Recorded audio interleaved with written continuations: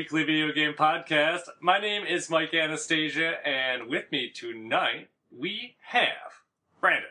Hi. And Nick. Hi. We're recovering from E3 hype, so we have lots of games to talk about. Yeah. Are you guys ready to get started? Yes. All right, let's knock off the big man off this totem pole Oh, first. God. All right, so I guess I'm getting started first. All right, so during the E3 summer, the E3, it might as well have been. It might have been. Might as well have been. During the Steam summer sale, I bought like 35 new games. I played quite a bit of them. I didn't play them for a long time, but I played enough to get the general gist of them. So I'm going to give a brief synopsis of some of the ones I played. First of all, the one I played the most, Dishonored, Game of the Year Edition. Never played this game. This is one of the Bethesda games I skipped out on. I don't know why I did, because this game is fan-fucking-tastic. Oh my god, this is like what Thief should have been. Like the new Thief. This is what it should have been. And it's really good. I like the plague thing. I like the supernatural elements they have in it. I love the characters. I like the fact that sometimes you think you're doing the right thing, but you're actually getting dicked over by someone else, and it comes back to haunt you later on in the game. Oh, it's just so good. The game story is fantastic. I don't want to spoil anything, and I'm not going to. Just know it has to do with the plague, rats, the supernatural, and being a fucking badass assassin. It is so good. If you skipped out on this one because I don't know why, but whatever, fucking unskip out on it and get it immediately because it's that good. So, there we go. Got that out of the way. And the other game I played quite a bit of was Killing Floor 2, which is a team-based, wave-based shooter. And it's essentially, it's like a horde mode, but that's what the entire game revolves around. But you actually have to work together as a team, and really work together. Like, get people to weld doors, set up traps, have different people set up in different spots, get ready for the horde before they come.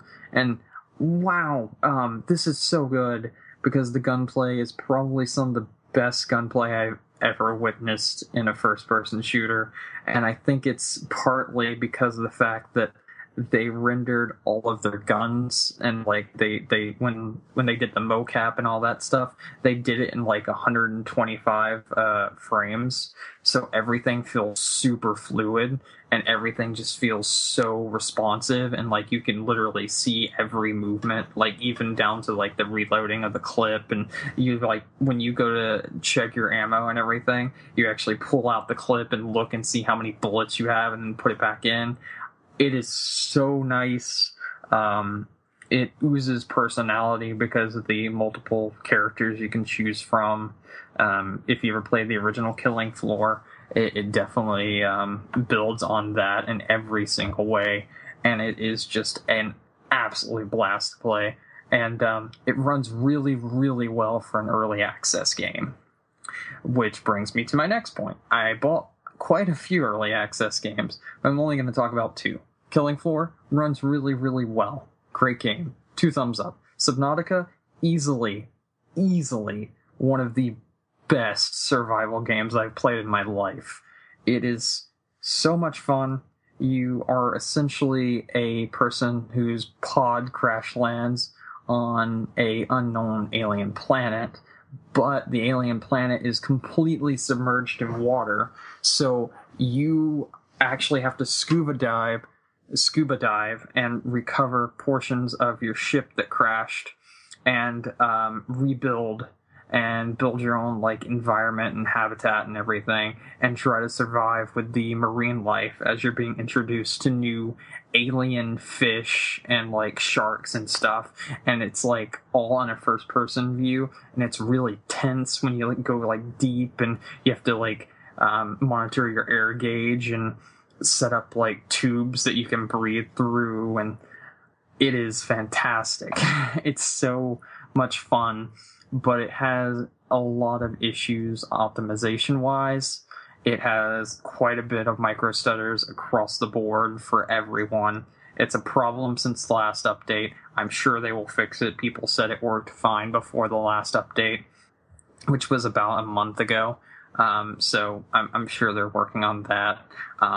They have like a actual feedback system, so like if you see issues with the game, you can just press F8 while in game and take a picture and give a brief synopsis and just send it straight to the developers and leave your email, so they'll message you back and be like, hey, this is how you can fix that, or hey, I'm going to work with you so you can get this working and everything. Developers seem to be very responsive and care a lot about the community and the people that have bought their game, so that's another thumbs up there. The only issue I have with this game is it's not optimized very well right now for an early access game, but not many early access games are ever optimized well. I say it's an early access game. What do you expect? I know, exactly. Well, I mean, Killing Floor 2, coming out of that, which is fucking amazingly optimized, going into Subnautica is like night and day.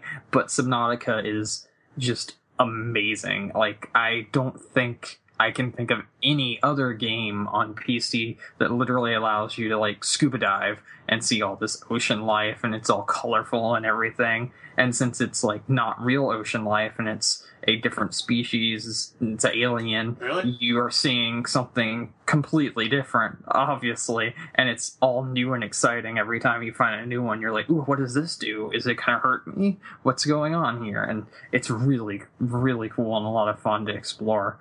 And it already has Oculus Rift support as well, so it'll be a VR game when it officially releases. And it technically is now, but only for those handful of people that own an Oculus Rift.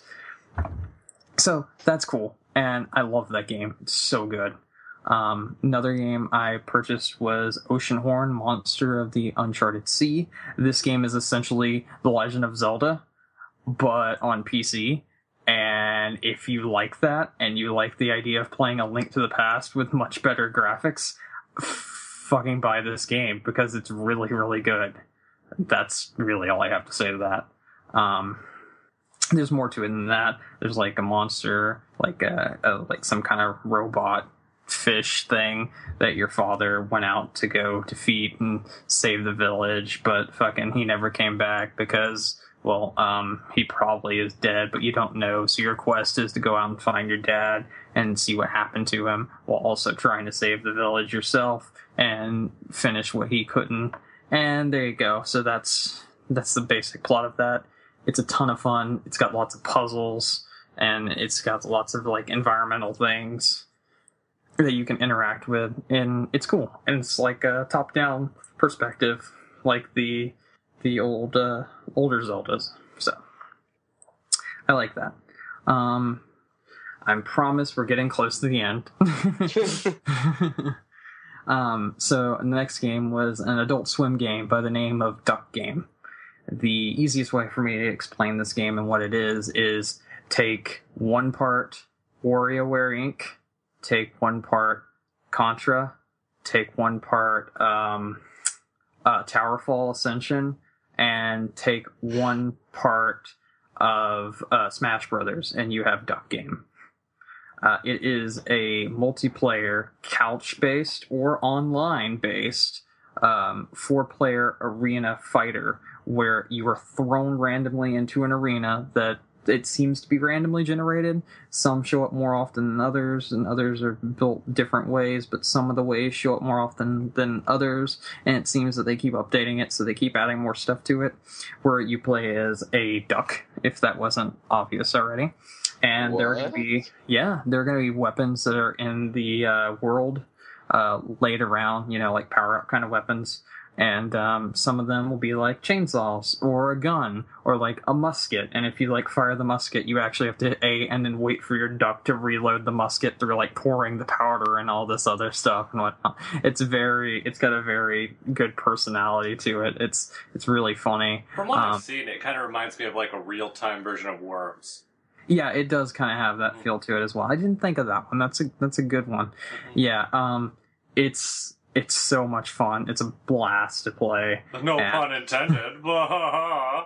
Yeah, there you go. Whoa. Yeah, and it actually has a decent single player that you can use to unlock hats because your duck needs hats. Like there's a senpai duck hat, which just gives him a really big head and really big eyes, and every time you press the quack button, because this game has a dedicated quack button, which just makes you quack. Every time you press it, he winks and a star appears behind his head, and he looks very anime-ish. So yeah, this game it's so funny. It's a lot of fun to play. So there you go. Other last two games, I bought Hand of Fate, which is a neat collectible card game crossed with a action RPG. So here's how it works. There is a deck master who sits at a table, and he essentially deals you the cards, and you like collect them, and he puts some cards down on the table, and you have like different paths you can choose. So he's kind of got like a dungeon master vibe to him as well. And as you choose different paths, you're trying to flip over the card that allows you to go further up, like go up more levels and that sort of thing. So like go up to the second floor and the third floor and the fourth floor, or down, depending on which way you're having to go at the time. And as you flip over cards, it might be something simple like you meet a guy that is obviously a goblin dressed in a disguise. He says that he'll give you anything you want if you give him something nice in return. So basically, it then gives you an option of like, give him the bread off of your plate, or give him 20 gold, or tell him, I can obviously tell you're a goblin, please get away from me. And so like you make a choice, and I gave him the bread off my plate, and then he gave me like 5 more health, so I had more health. And sometimes you'll run into ambush cards or boss cards. And when you run into those, they get flipped over and you get taken into a real-time action RPG, like beat-em-ups sort of thing, where you're having to like fight these guys, and you fight using the weapons you've acquired throughout flipping over cards and throughout drawing cards. And at the end, whenever you beat the boss and go on to the next stage, you get cards that are then shuffled into your deck, so you add like, maybe you got more shields, or better shield, or maybe you have a mace now that you can use, and you can choose between that. And it's a really weird combination, but it's a lot of fun, and you really get lost in it. Like, my friend was like, I'm gonna family share that from you to see how I like it. And then, like, 3 hours later, he's like, I like it. So, it's good. It's a lot of fun. And then the last game, but not the last one I actually play, but the last one I'm going to talk about, is Trials Fusion. And if you've ever played the Trials games, which are really hard motorbike sort of things, where like everyone's on like a flat plane surface, and you have really hard jumps where you have to like judge the distance and like learn how to bunny hop over very wide gaps and do all this other crazy shit. I have a really soft spot in my heart for these games. I know they're stupid, in all honesty. I'm kind of mad, but that I they're missed the sale on so good. They're so much fun, and probably one of my favorite like sport type games. Even though I know it's a far cry away from being an actual like sport game, but like I love these games. They're so much fun, and you can do a lot with them. And this one actually has essentially a mode that's like Little Big Planet, where you can make anything. Like, someone made out of the game a Minecraft level, and, like, you can do some crazy shit with this game. And I really like it because of that, because people make their own custom maps, so there's continuous replayability for it. So, yeah, thumbs up for that one, too. And I bought that one because I saw that they were adding a new DLC pack in, like, a month that is essentially the Blood Dragon of Trials, where, like, you play as a cat riding on a 4 Horsemen of the Apocalypse unicorn that spits out fire. Yeah. So I was like, I want that. And so I bought it while it was on sale. So yeah, that's what I've been playing. I mean, I also saw a movie, but I'm going to let Mike talk about that, and then I'll join in with him on that. So there we go. Sounds fun. Although we did talk about trial stuff last week, because we talked about that trailer, which was awesome. Mm-hmm. One of the best trailers at Ubisoft. Probably. Oh yeah, without a doubt. And also, speaking of Ubisoft, it literally took me a week to understand the like joke behind the subtitle of the new South Park game. Literally, You Oh, didn't really? get that? did not get it at all. I just read the words and I was like, Right away, I was like, butthole. Butthole, okay. I get it. Yeah, no, I had to read someone else have that revelation moment for me to be like, oh, I get it now. I got it like immediately when they came out. I was like, you I was clever talking to bitches. I was talking to people I watched it with, they're like, you didn't get that? I'm like, no. They're like, oh yeah, it was so obvious. And I'm like, I guess barely not for me. I totally just glossed right over it. Anyways, so stuff I've been playing. Gunman Clive was one of That's a good game. Yeah, it was a lot of fun. I got it with the Humble Nindy bundle. Indie bundle, yeah, that was a good bundle too. Yeah, so it's not terribly long. It's a lot of fun. I beat it in the time it took me to edit an episode of the podcast, so if that gives you any idea. But it's kind of like a side-scroller shooter. I don't really know what else to describe it like. It's got a Contra vibe to it. Not really. I mean, you're not really running around shooting that much, I don't think. Like, it's not like a bullet hell kind of game. It's more puzzly, I think, I would say. But, I mean, it's a lot of fun. It introduces, like, there's like 17 stages or something like that. There's not a ton, but it's basically you'll do 4 stages, then you'll have a boss battle. And each stage kind of introduces some new elements. They're nothing, like, overwhelming. Like, it's definitely has its difficulty curve, but it's not like an overly brutal type game at all. So I thought it was a lot of fun. Definitely for the Humble Bundle, if you pick that up, I definitely recommend that. Also, I think I briefly mentioned it in last week's episode at the end of the episode, but it wasn't really related to what we were talking about, so I just kind of skipped over it since we're back on what we've been doing. So, after Nintendo's disappointing press conference and Square's disappointing follow-up, I was like, I need to make the today better. So I'm like, I'm going to go see Jurassic World because it'd been something I'd been holding out on, and I had friends staying with me, so I'm like, let's go see it. So we went and saw it, and that movie's great. I liked it a lot. Yep, I did too. Yeah, I don't really know what my expectations were going into it. I know I was excited for it, but I don't think I really expected it to be, like, incredible, but definitely better than 3. I think it was better than 2 personally. I think it's probably my second favorite one that they put out. I thought they did some really neat stuff with it. It was great to see the park like finally built. I think this movie definitely was made for people who are fans of the original because you have lots of throwbacks to the original. A ton of them. Like even like little ones. I mean, this isn't a spoiler at all. Just kind of like the amount of detail that they have in there. There's someone who's reading a book that's written by Ian Malcolm, and it has a picture of, what's his face on the back of it? Oh, I cannot think of it now. Can't think of the actor. Jeff Goldblum. Jeff Goldblum. Yeah, it's got Jeff Goldblum right on the back of the book. And they're just casually sitting behind, like, the kids when they're, like, in the monorail, I think, and just reading that book. I really like the t-shirt guy. That guy was great. Yep, I thought that was great, too.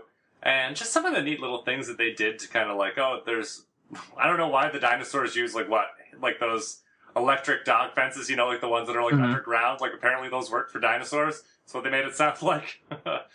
So, I don't know. I thought that was really interesting. I thought, if you go into it looking at the movie from a scientific point of view, which I guess some people do, then, guess what? Those dinosaurs aren't quite 100% accurate. But, not even 10%. Come on. And the science behind it isn't either. But, I mean, they do kind of, write it away as being like, well, as with genetics, we kind of made the dinosaurs that people wanted to see based on the stuff that we had available to us. So I thought that was all neat, and I thought the raptor talking stuff actually kind of was logical based on what they kind of did in the last couple movies. Just to make it basically can follow like dog commands, basically. So. They play him up as being really smart, and I thought that was kind of neat what they did with that. I don't know, I don't want to trip too much into spoiler territory because it's not too hard to do, but I just thought it was a fun ride. I thought everything that they did with it was really neat, and I wasn't disappointed with it. Although the one thing I will say is, I got to the end of the movie and I was like, well, there's no way they can do a sequel to this, but they totally set it up for a sequel. That's what I heard. Yeah, it's so set up for it. Actually, I just read apparently they officially announced that there is a sequel in the works. So, but who knows where it will go? Because as you know, the dinosaurs get out of the park and cause hell. So, do they rebuild the park and be like, "Hey guys, just kidding, come on back, totally won't happen again"? Who knows? It doesn't seem like that's the direction it's going to go, but... Yeah, I don't think so either. That was a bit much, honestly. I don't think we'll ever get another, like, fully realized Jurassic Park world type thing. So, I think they're going to be taking the dinosaurs and places off the islands. Mm-hmm. So, I don't know, Brandon, what did you think? I really enjoyed this movie. I went in being excited to see it, but I still had that, nagging feeling in the back of my head where I was like, maybe I won't enjoy this. Maybe it won't be that good, but it'll still be good, and it'll be something, a lot of people love and everything. But no, I came away absolutely adoring this movie. It was so good. And, yeah, totally worth seeing in theaters, too. I can't stress that enough. I think seeing this in a theater is half of the experience, at least, because you don't have to see it in 3D. It still looks perfectly fine in 2D, which is what I saw it in. But it's very up in your face quite a bit. And I'm sure that's because of the 3D parts, but it works for this kind of movie. Yeah. Because I ended up seeing it in 3D, and I thought it was fine. I didn't plan to see it in 3D. I planned to see it in 2D, but the movie listings online were backwards. It listed the showing that I saw is not a 3D one, and the one before is 3D. And apparently that wasn't the case. So I was like, whatever. We'll hear. Was it worth it? The 3D? Was it really good? I thought it was neat. I mean, it added a depth. It wasn't overbearing. It didn't really have stuff jumping out at your face. Okay, so then getting really up close quite a bunch of times was just for atmosphere reasons then. Yeah, I would say so. I said, stuff didn't seem to jump out at you, at least as far as I remember. It was an added depth, but not really in your face, kind of. Oh, the dinosaur's going to bite me through the screen. Nothing like that. So. Okay, that's cool. I really liked the subtle touches it had. It made me very happy. Like you said, there were a lot of throwbacks to past Jurassic Park movies, and well, I'm sure the Big D likes it when you're subtly touched. Yes, I didn't see it in Big D. Oh, yeah. But what are you gonna say? It was really, really good, and it surprised me at how good it was. I think I'm right there with you. I think this is probably my second favorite Jurassic Park movie, even beating out the second one. The second one wasn't bad, but I don't know. No, not at all. It was good, but this was much better. And Chris Pratt kind of felt right at home there, in all honesty. Yeah, and it did. I think one thing that was interesting, and a lot of people probably know this if you've read the book, but they did kind of retcon a little bit more of the book. I mean, the book was pretty different from the movie as it was, but at the end of the book, and even at the end of the Jurassic Park game that they did, 2 years ago, that island's totally nuked, and apparently that's not the case in this. So, I guess in this lore, they went back and re-corralled the dinosaurs and did that stuff. So that's why they have it like that instead of some nuclear wasteland. Because it definitely is the same island from the first movie. I guess where a lot of the stuff happened in the first movie is kind of this restricted area, and the rest of the park's the southern end of the island. So, yeah, neat stuff. Anything else? I've still yet to see any Jurassic Park. What? I said I've still yet to see any Jurassic Park movie. Not even the first one? I've no. What the fuck is wrong with you? That is the best movie of all time, probably. And I don't know, that's actually, the original Jurassic Park was the movie that I have seen most in theaters. I've seen it 4 times, I think. So, I don't know, it's one of my favorite. I mean, it came out at the right time for me. I was still in elementary school when the first Jurassic Park came out. I don't know what the fuck my parents were thinking, taking me to that movie so many times, but I love that movie. I had a full set of the first toys. I still have them up in my attic, I think. And yeah, no, I love that movie to pieces. That is one of my favorites. So good. And you really at least need to see the first one. I don't care if you see the other ones, but you at least need to see the first one. The first one was great. Or read the book, I guess. You could do that. It's a bit different, but... Man, who reads books? I don't know. Fuck that shit. Mm-hmm. Yeah, so anyways, once I was done with that, after I left the movie, I was in super hyped Jurassic Park mode. So, I said to my friend, if I went and bought Lego Jurassic World right now, would you play it with me? He's like, I guess. And I'm like, okay. So, We went to the Target that's just kind of like down the road. Like it's like on the other side of the mall from this movie theater. So we went there and I'm like looking online to see like review. Because if I'd gotten it for like say the Wii U, I have enough controllers for it. But I was like, well, I know there's a reason why this game is probably $10 cheaper. And I looked and there is. So I was like, well, I'll get it for PS4. So I bought another PS4 controller so we could play it. And then the game itself. And, yeah, so we blitzed through that whole thing. It covers all 4 movies. It does. Mm-hmm. I saw, my friend ended up getting it on the summer sale because it was only $30 on PC. Which is good. And he was like, oh my god, it's easily one of the better Lego games I've ever played. Yeah, I haven't played a Lego game since Lego Star Wars, like the first one. Dude, you should play the Marvel one. It's really good. It goes on sale. But no, Jurassic Park is definitely my jam. So I was like, I want to play this. So yeah, it's really neat. Like, there's so many unlockable characters. I mean, I guess it's probably like par for the course for the Lego games. But yeah, like, there's tons. Even with Jurassic Park, I'm like, how could you think of this many characters to unlock? There's like a shit ton of them. And then you can play as dinosaurs, which is really awesome. And then there's like all these different vehicles you can like unlock and do different things with. So, I mean, I had a lot of fun with it. So anyways, Lego Jurassic World, what else is really awesome about it? Yeah, it's got all the clips from different movies. And I don't know. I mean, you played the Lego games before, right, Nick? I've played the Star Wars one. Mm-hmm. I've played all the Star Wars ones, and I was about to say, real talk, we better get a new Star Wars Lego game for the new Star Wars movie because I absolutely love those video games. Oh, I bet I played the hell out of them. I didn't so much like. I didn't really play the Indiana Jones one, or I played Lego Batman a little bit. Lego Batman's actually pretty good, but I love the Lego games. They're fantastic. Yeah, one thing that did definitely that's changed a bit since last time I played it is like I mean, I guess there's like that little, like in the first Lego Star Wars, there was kind of that little like hub cantina thing that you could like go through. But now like in Lego Jurassic World, it's like the whole park. And like you can just like walk through and just walk to the different missions and grab your car. And like there's... This sounds so much fun. I gotta play this. Yeah, there's like puzzles to solve in between them. And then you can create your own dinosaur too. So you got all that jazz going on.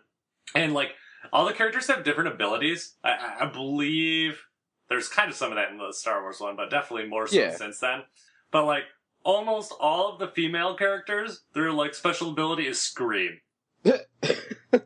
Oh? And you just hold down the button and they just scream. Scream and scream and scream and scream. And then like there's ones like Ellie Sattler from the first movie and like Chris Pratt's character. They have the special ability to dive into dinosaur shit. Like, they'll literally just, like, jump headfirst into it and, like, throw, like, all these different Lego pieces out of there. You have, like, the paleontologist characters that can all build, like, ladders and stairways and shit out of, like, dinosaur bones. And, yeah, just some really neat stuff. And actually, I feel like this is the most enjoyable way to experience the third movie. So, if you had any questions about that, the third movie is just... Oh, it's so lame, Nick. I don't know, it's got, like, William H. Macy in it. And they're trying to find his lost son on this island. And well, I'm definitely going to watch the first one because I absolutely love Jeff Goldblum. Yeah, you should. And you can, like, he has the best laugh in that movie. And they even put it in the game, too, is har, har, har, har, har. It is on my list of movies to watch. Speaking of Lego games, like, the Lego Star Wars games is like, playing those games is my knowledge of Star Wars. Like, I've only seen one of the movies. What? Yeah. I mean, I've only seen I gotta 4. ask, what the fuck? Yeah, I've only seen 4. Well, I mean, I guess if you're gonna only see one movie, that's the one to see, I guess. But I thought I saw like just 1, 2, or 3. You know, I mean, I know those are pretty much the worst ones in the series. Well, not probably like the worst, but more just like the not as enjoyable ones. But yeah, but well, I mean, I guess you could always pick up Lego Jurassic World. That could be your knowledge of those movies too. But you really, really, really, really should see the first movie at least. At least. And it's only like an hour and a half. You can actually finish that. Unlike most things you start. It's not even bad. I finished things. Yeah, I'm sure you do. Why don't you wow us with the things you finished this week? I didn't finish anything. Oh, no, actually, I finished the DLC this week. Oh, did you? Yeah, I did. Allegedly. No, I did. Uh-huh. You can look at my PS3 trophies right now. You can see 100% of the DLC for Fallout 3. All right, yeah. Tell us about your gameplay this week. Well, I'm still playing Fallout, still trying to finish up the DLCs. I finished up the pit yesterday, Yeah, yes. I started it and finished it yesterday. And then I started the next one, Point Lookout, today. But the pit is based in Pittsburgh, Pennsylvania. You go there, it's a whole big like slave trade center, and your job is to infiltrate it and basically bring down the entire slavery operation going on there. One of the better DLCs for that game. I personally like it a lot. It was fun to play it again. That's pretty much a Fallout I've played besides starting Point Lookout a little bit, which Point Lookout is an okay DLC. It's like you go to like this backwoods part of Maryland and there's like inbred people everywhere and there's like swamps and shit, and it's kind of eerie, but at the same time I don't really feel like they nail the setting very well. It's kind of goofy, but other than that, I've played a little bit of Hatful Boyfriend, which is the pigeon dating sim, which I start the game up and it's like, it's funny because it tries to play like a normal like dating sim type game, but there's pigeons on the screen, like real life, as they put it, 1080p pigeons just on the screen, and I can't not play that game and not like just giggle every once in a while, because it's like you read the dialogue and it's like serious dialogue, and you look up, it's a fucking bird looking you in the face. So far, my favorite bird is there's this one bird who hangs around the track at the school, says like just complete like nonsense about shit that's going on. And he runs away. When he runs away, you hear like tires peeling out. So it's pretty funny. Other than that, I downloaded. I really need to play this game. Yeah, no, it's like it's just silly and all the right, because it's like normal like silliness that you would expect in like a high school, but then at the same time it's like it's a fucking pigeon. Like a pigeon would never say these things to me. But I'm currently having a conversation with a pigeon about why they didn't have enough sleep last night. Like I don't it. It's what I've come to expect from Devolver Digital, and I like their games. So besides playing a little bit of that, I've also started Tomba 1. I actually don't own the disc for PS1. I just downloaded it digitally on the PS Vita. Felt like playing something because I was at somewhere and I had a lot of time to wait. So I was like, I'll just buy something on my Vita because I have nothing else to play on it, and I'll try that out. Tomba is kind of a weird game concept to explain to people. Like, the best way to go about it is to say, oh, there's these evil pigs, and they've taken over, like, the world, and they've, like, put dark magic spells all over the land, and your job is to bring them down.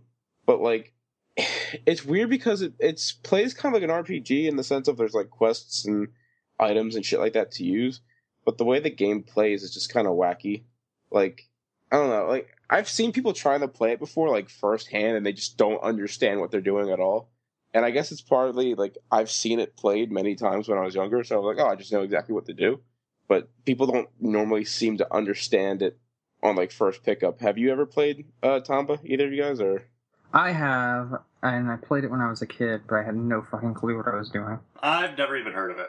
Yeah, it's one of the rare games for PlayStation. Like, if you find it, it usually goes for around $50 to $60, because it's, like, a rare and in-demand game. Both Tomba 1 and Tomba 2. Tomba 2 is better. It's a lot better story-wise, a lot better gameplay-wise, and offers more. But yeah, it's one of those wacky games that is like what you've come to understand from like PS1 and PS2 games, where you see this game that you've never heard of, and either it's going to be really, really good or just junk. Which, by the way, I did see somebody trade in, what was that game? Oh, Bait and Kados, right? That's the game you were playing? That's the game. Actually, I had meant I was going to actually give like a super brief update on that tonight, because I am like so fucking close to done. I'm so excited. Yeah, no, like, I saw somebody trading it in, and I was like, yo, there's the game he was talking about. And I was like, excuse me. I was like, it really does exist. I was like, oh, wow. It wasn't bullshit. That's a game that exists. But it's like, because I normally see these weird games, because every once in a while the game store I go to gets them as trade-ins. Yeah. And, like, it's just one, like I said, I've never seen it before, and I've never heard of it before. And I look at it, I'm like, I don't understand. Like, I've never even seen the case before. I'm like, I don't understand what this game is, but now I want to play it because Mike's playing it, and it sounds fun. But the guy didn't trade it in, so I was sad about that. You should have been like, give it to me. He actually brought in like a decent stack of games. There was Wild Arms 4 in there.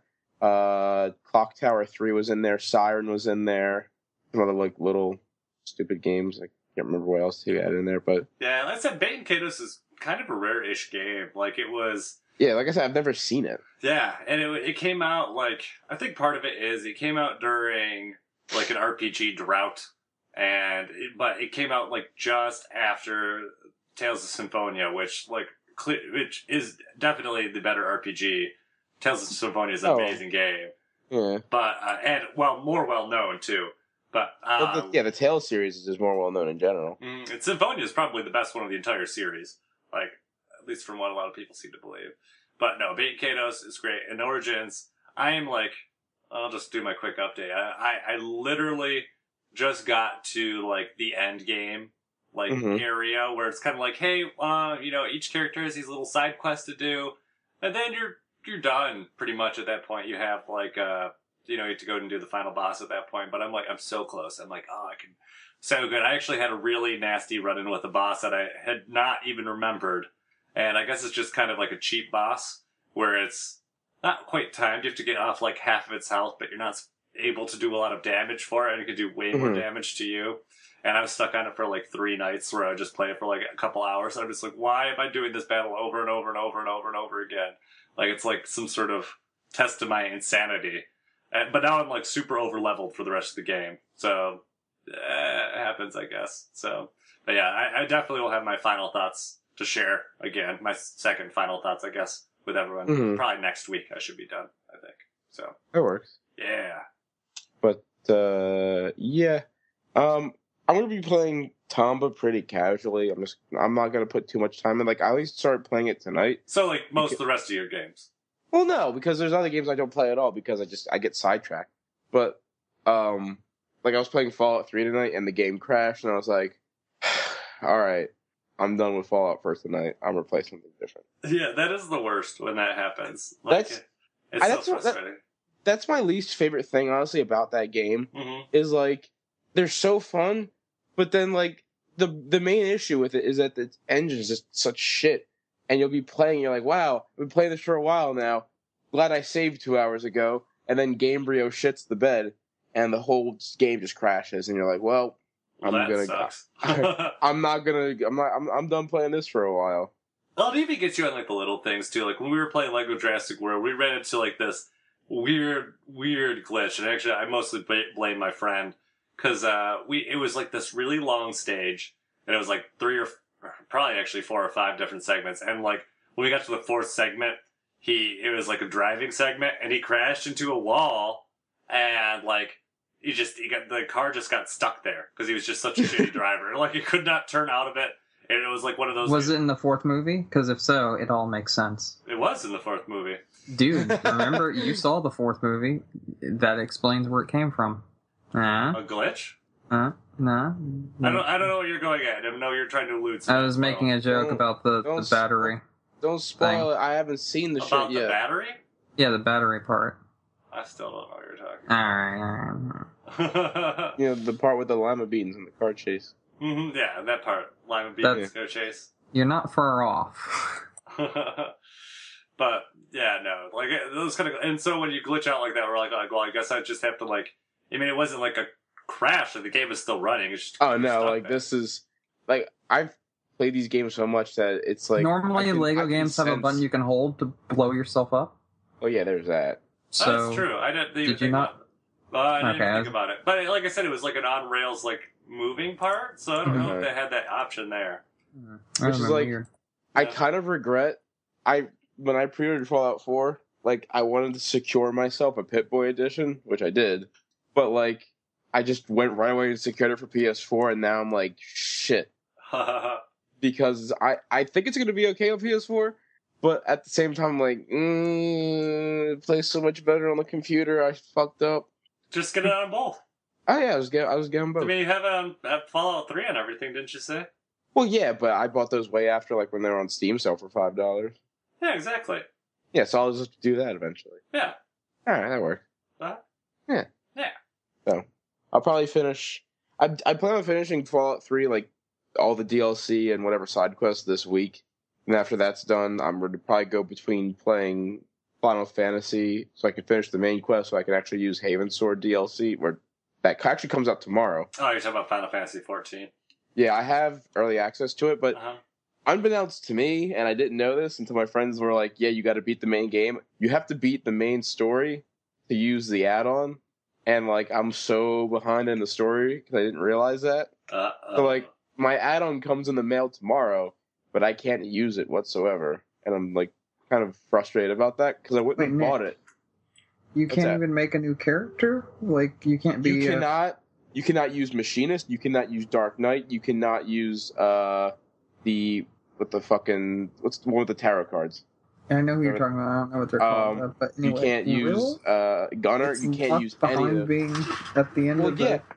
because they want you, basically what you have to do, you have to beat all of main story, plus all of the story leading up to Haven Sword, because, for whatever reason, they're like, oh, this is a good idea. But, like, apparently you get Machinist at level... Like, as soon as you unlock the class for Machinist, it's at level 30. So, you don't start level 1. But whatever that matters, I don't know. Huh. But, yeah, you gotta beat the entire story, plus the additional story they added in 255, I think it was, preparing for the add-on. So, I have a little bit of time I have to spend on that game. So, I plan on going between that game and actually Bloodborne at the same time. Because I'm definitely going to beat Bloodborne just to prove you wrong. Yeah, you're doing really good at it. I'm going to tell. Oh, yeah. Yeah, and Metroid. I get sidetracked easily. God damn it. I mean, how many months ago did Bloodborne come out? Like 4? I don't know. Probably more than that. Because it's almost July at this point. You're going to tell me you haven't gotten sidetracked while playing games before? I get sidetracked, but I mean, not like sidetracked like you do. Like, I don't know. I get... You have to realize this. I get terribly sidetracked. Like, I will start a game... Like, for instance, I started Uncharted Golden Abyss when that first came out. Stopped playing it for about a year, and then picked it back up again and finished it. Like, it was, like, no problem. See, I can't do that. And no, I do that all the time. And I tend to only balance, like, 2 or 3 games at a time. Yeah. So, like, with Bait and Kados, like, obviously, like, that's... You know, it started out as my main game, and then it kind of got put on the back burner, but I still keep on coming back to it slowly, because I finished a lot of stuff in between that. Yeah. Like Splatoon... and Lego Jurassic World and Clement and Clive and all that other stuff. But, you know, I still am just clearing things out while I'm doing it. Because I don't know. I don't like to be, like, anchored down to one game at a time. So I usually like to have 2 games. Neither do I. But that's why, like, I will straight up stop playing a game in favor of another game. Because I've played I've played a lot of hours in Fallout 3 already. Mm-hmm. Like, all that time I could have put in the Bloodborne, but I didn't feel like playing Bloodborne. I like playing Fallout. So once I feel like playing Bloodborne again, I'll pick it up and I'll probably play straight through and finish it. It's honestly just how I've always been with games. Yep. Unless I really like the game. Like, there's some games that, like, I really like them that much that I'll play them, like, almost in one setting.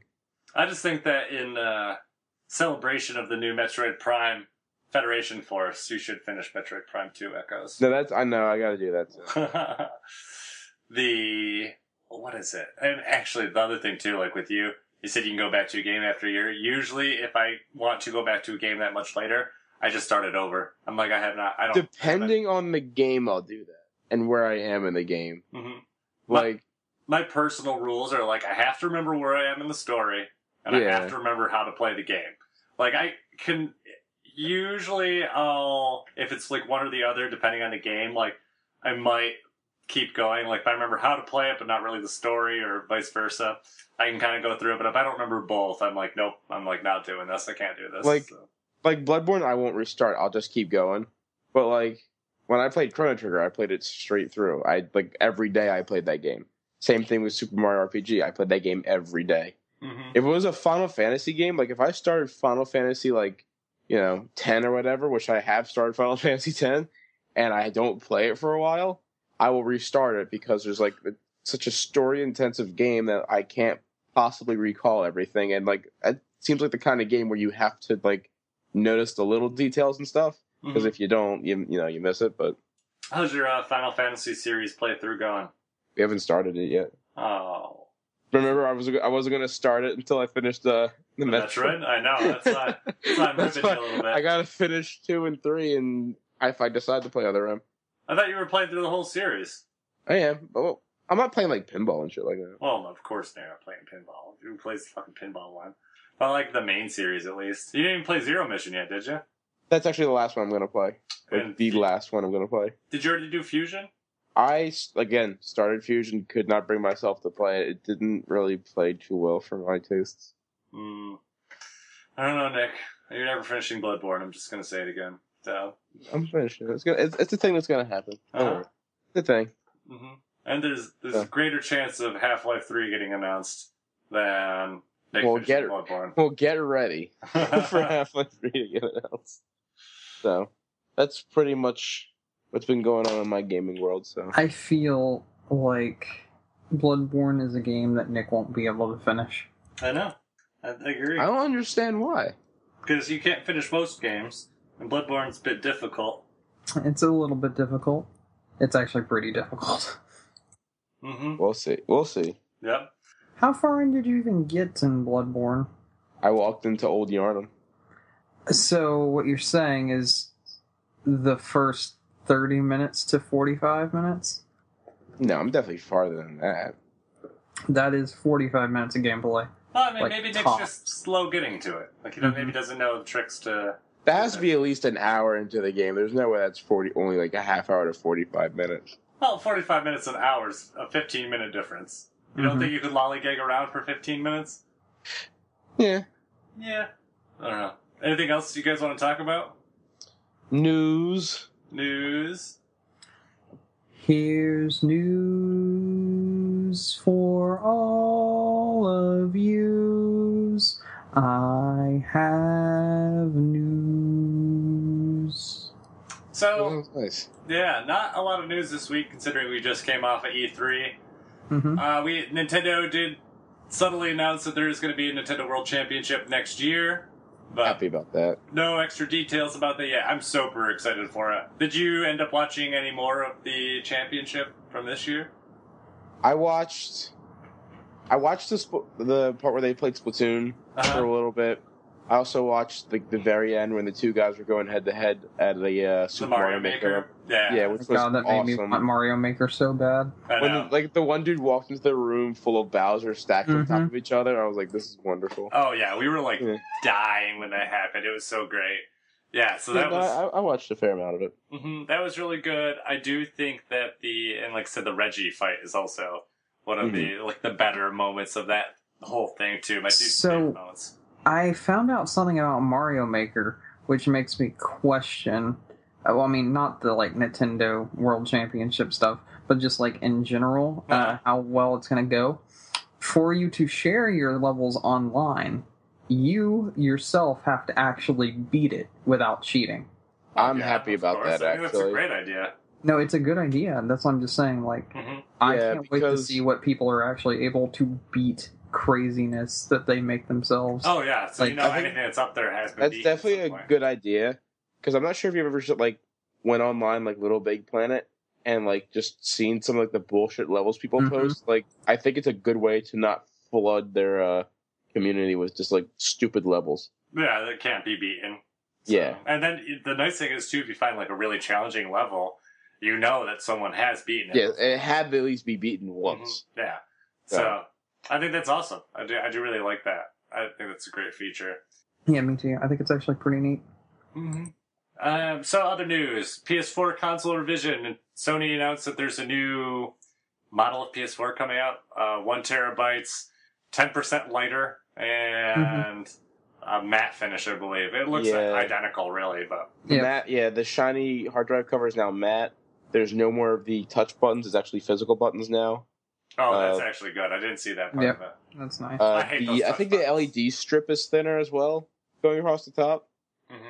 Although I would like to remind people that you don't actually have to go out and buy a new console to get the bigger hard drive. You can just go online, buy a 2 terabyte hard drive, and call it a day.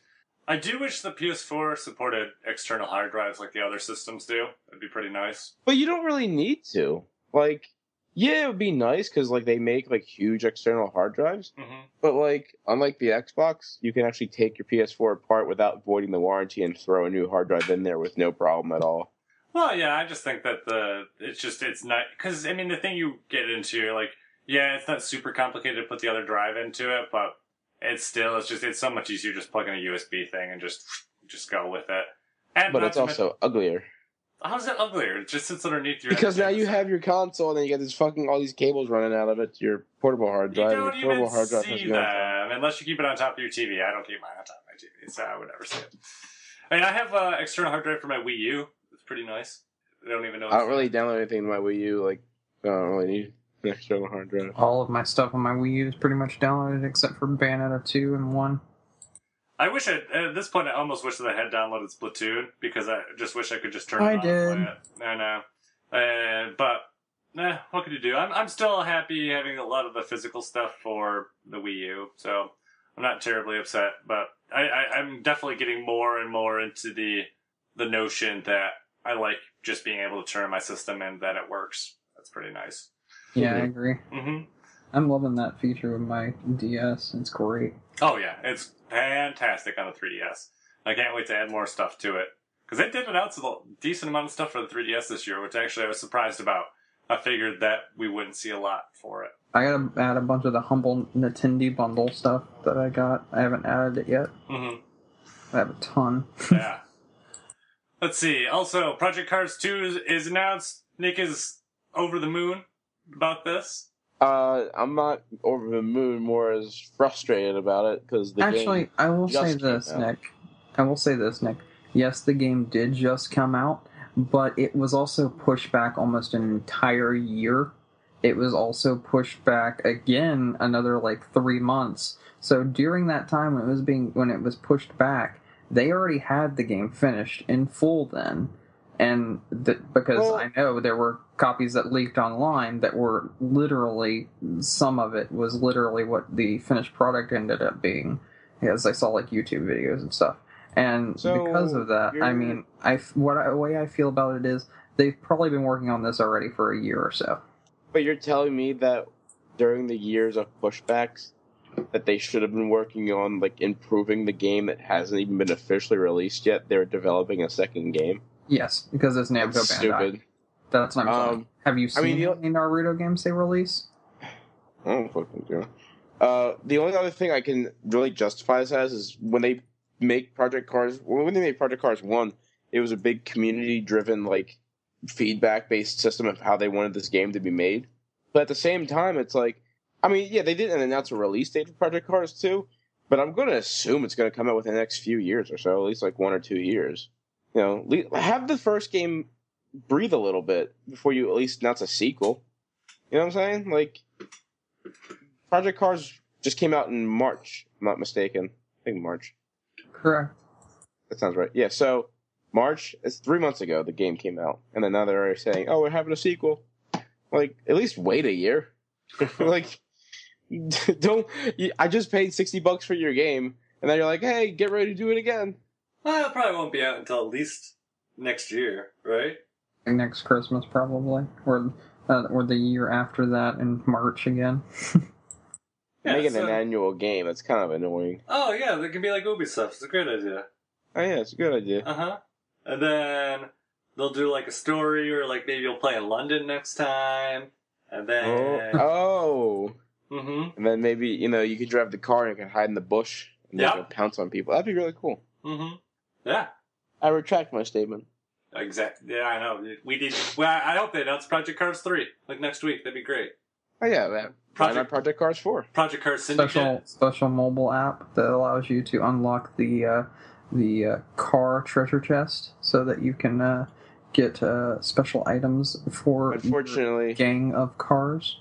Development time did not allow for female cars, only male cars. Oh no. That's a good thing. Maybe they'll have time to do it this time. Maybe. Yeah, no, it'll be an extra added-on character, a female car that's the sister of the male car.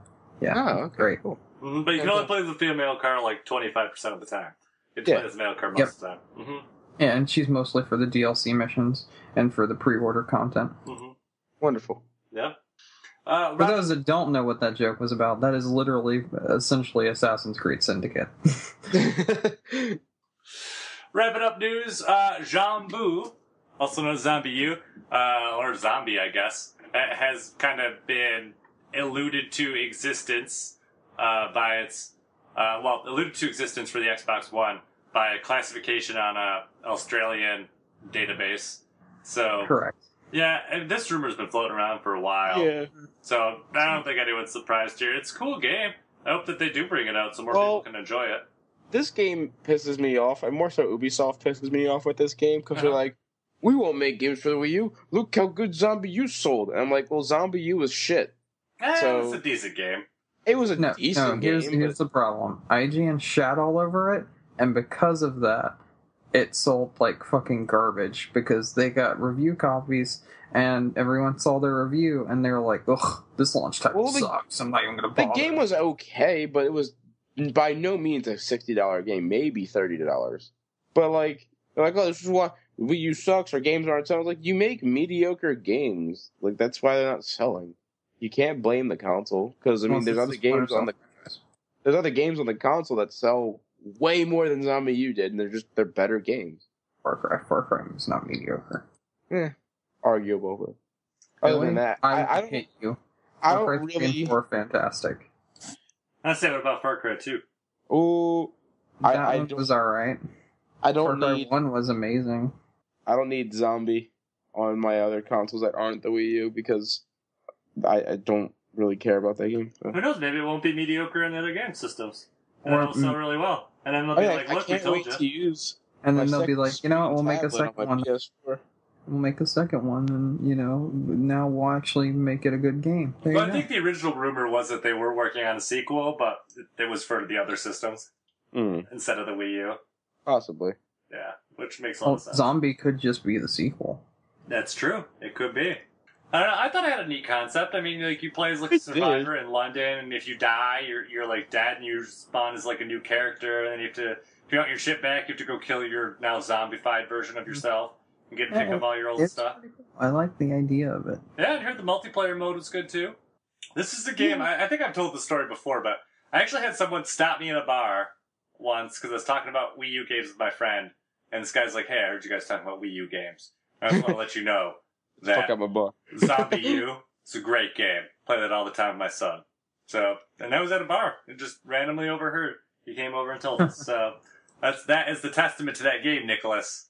So I don't give a shit. I played that game for an hour, and that was about all I wanted to play of it. Do you guys have any other news to talk about?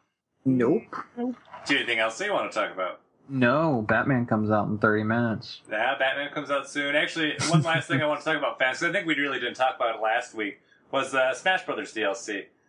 Oh man, Ryu is so good and so broken, and I love him. Did you get all the characters, or just Ryu? Just bought Ryu. Mm-hmm. I downloaded them all. I thought they all came out pretty great. It is kind of weird that they don't have customs like the other characters do.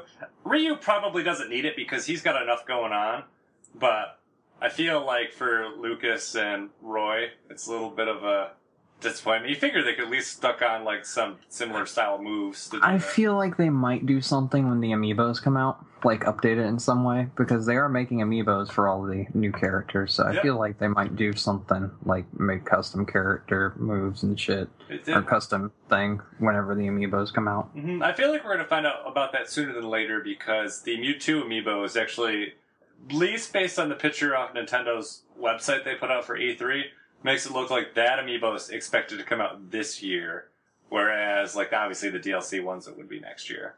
Mm-hmm. So, there is that. There is, what is it? New stages on the way, too. I like the 64 stages. I'm glad they're bringing some of those back, because they... Yeah, I do have to pick that up. I gotta pick up, the Dreamland one, because that one's one of my favorite ones. Yeah, Dreamland is the only standalone stage they put out so far. I mean, obviously, if you bought Ryu, you got that extra stage. So, that was nice. They have... what else did they have in there? I mean, obviously, they updated all the characters to work with all the different modes, so that was really nice. They added new trophies. Yep, new trophies, a whole bunch of new trophies. I just had a lot of fun playing with them, and Ryu definitely feels a bit OP. Mm-hmm. But... especially if you know how to do his moves from Street Fighter games, because they're stronger. They just are. Yeah, so that was nice. But, I mean, it's still fun to play as Roy again. It was still fun to play as Lucas again. I do think, I don't remember if I talked about this before either, I do think it will be like, Nintendo will be in a really interesting position when, say, the Lucas amiibo comes out, where they're literally selling merchandise for a game that never came out here. Yeah, so, that's very crazy. It's like, hey, we know you guys want Mother 3. Well, we're still not giving it to you, but guess what? You can buy this Mother 3 figurine. Or maybe they'll bundle the Lucas amiibo with Mother 3. That would be nice. I don't think they'll do that, but that would be pretty cool. Yeah, that'd be nice. Mm-hmm. That was a dream. Sorry. I have to have those sometimes. Although I would see them more doing, like, if they're going to do something, I bet they'll do, like, a 3-pack with, well, like, not a 3-pack amiibo, but a 3-pack of, like, the Earthbound games. Just put them all in a package together and sell them on, like, 3DS or something. I think that would be... I could see them be eShop titles. Mm-hmm. I mean, well, 2 technically already are, so I see why we can't get the third one. Mm-hmm. I mean, they did make a Game Boy Advance game that had Earthbound Beginnings and Earthbound in it, so gotta get used to calling Earthbound Zero Earthbound Beginnings, because that so is... weird. I know, it's so weird that it's finally got a title, like an official title, and it's out. So, yeah, that is crazy. And I guess one last little tidbit of post-E3 stuff. Like, nobody fucking knows what's going on with the Animal Crossing board game thing. So, first they thought it was free, and now places are taking pre-orders for like a $60 game. Nobody knows what's going on. But the more I think about it, that game really has to be free. Because you know how shitty it would be for them to sell that game? And then be like, oh, you need these specific amiibo to play this. So go back and get those, and then maybe we'll play later. I bet it's either a free-to-play game, and then you buy the amiibo separately, or there is, like, a bundle. Maybe it will actually come with a physical copy of the game, but it will come with, like, a couple amiibo and, like, some cards or something. My guess would be a physical copy of the game. It's a $40 game, and it comes with an amiibo, which really makes it like a $25 game. Yeah, so we'll have to see. I actually watched gameplay of it since last time, and it looked kind of fun. It reminds me of like the Game of Life. Maybe a little bit of like shoots and ladders or something too. I mean, you're not really moving around, but kind of like that whole like you land on a square and it's like, oh, something shitty happened. It actually reminds me of a bit of Fortune Street too, because you can buy turnips at the beginning of each week. The way the game works is you pick a month, like say like June, and so all the June events are going on, and then on Sunday you can buy turnips. And then as you go around the spaces, each space has a different price of the turnips. And so you can sell your turnips depending on, like, well, I mean, any time, but, like, when you land on a space that has, like, a higher value, obviously you'd want to send them there instead of, like, the lower ones. But the turnips die at the end of the week, so you kind of have just the 7 days to kind of pick your luck with the things. And then as you land on the squares, they'll be like, hey, your bank account got interest, here's 300 bells, or... oh, you owe money for this, and we'll take this money away from you. And it's a neat game, and like I guess you're battling for happiness points. I don't know. It looks fun, especially if it's a free game. I'll pick it up because I'll probably end up buying those amiibo anyways. So, yeah. I'm buying it no matter what. Those amiibo look sick. Like the KK one and the Nook one. Gotta get I need Tom Nook in a sweater. I need Tom Nook in a sweater. I need that too. I wish it was his apron, to be honest. I feel like that's more like classic Nook, but I don't complain. The figures still look great, regardless. So, all right. Any extra final thoughts? I'm tired. Nick? Nope. All right, let's wrap this up then. It's a quick episode because I think we got like most of the fun stuff out last week. So catch up on games time, and sounds like Brandon will have a lot to talk about next week. I'm sure. Oh yeah, I got. Thank you everyone for listening to us this week. Don't forget you can download our episodes on iTunes, on Stitcher, or from the website doublegaming.com. Leave us a review, share us with a friend. Both those things really help us out. We always appreciate it when you do it. Don't forget too, you can also follow us on Facebook or on Twitter at GMECRUNCH. Nick, do you have anything to send out on? Nope. Brandon? Nope. And with that said, thank you again, Samus, for the awesome logo for the podcast. I always got to give shout-outs for those. And for N Loyalist for help making our cool theme song. And with all that said, my name is Mike Anastasia. You can find me on the internet. I am Clash of Penguin on Twitter or your favorite gaming console. And until next week, game on. Game on. Yo.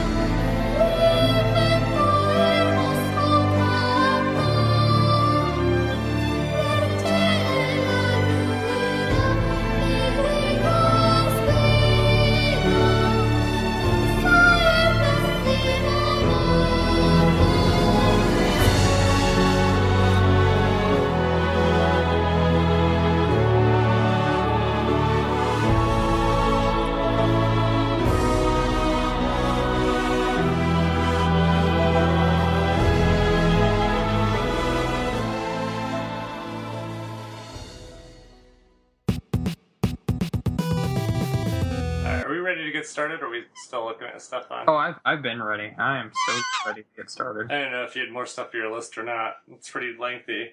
Oh, no, don't worry. I'm just going to give, like, quick 5-10 minute explanations. Like, it's going to be short. It'll be less than that. Don't even worry about it. Probably like 3 hours long.